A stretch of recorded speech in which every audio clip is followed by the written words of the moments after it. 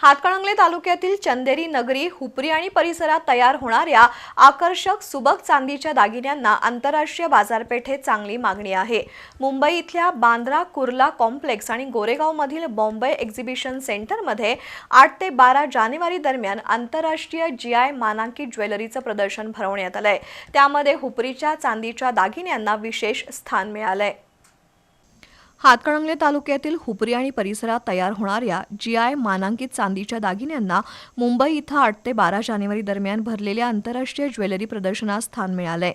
James and jewellery export promotion काउन्सिलनं हुपरी चांदी हस्तकला उद्योग विकास फाउंडेशनला या प्रदर्शनासाठी निमंत्रित केल्याचं फाउंडेशनचे अध्यक्ष मोहन खोत यांनी सांगितलं। मुंबई इथल्या बांद्रा कुर्ला कॉम्प्लेक्स आणि बॉम्बे एक्झिबिशन सेंटर गोरेगाव इथं एकाच वेळी हे प्रदर्शन भरवलंय।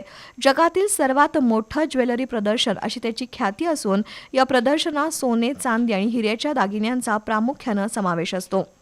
जगभरातील या उद्योगातील 3300हून अधिक स्टॉल्स असतात, तर या प्रदर्शनाला 60हून अधिक देशातील उद्योजक भेट देतात।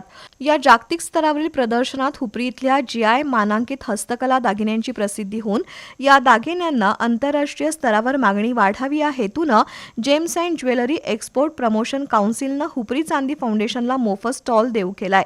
या स्टॉलवर येणाऱ्या उद्योजकांना हुपरीचे चांदी कारागीर अनिल म्हातुगडे यांनी प्रत्यक्ष दागिने निर्मितीचं प्रात्यक्षिक दाखवलं। त्याचबरोबर चांदी उद्योगाचा इतिहास, पारंपरिक दागिने निर्मिती कार्यप्रणाली, दागिन्यांच्या वैशिष्ट्याची माहिती फाउंडेशनचे संचालक संदीप कुमार अडसुळे, चेतन देशपांडे, जितेंद्र देशमुख आणि मोहन खोत यांनी दिली।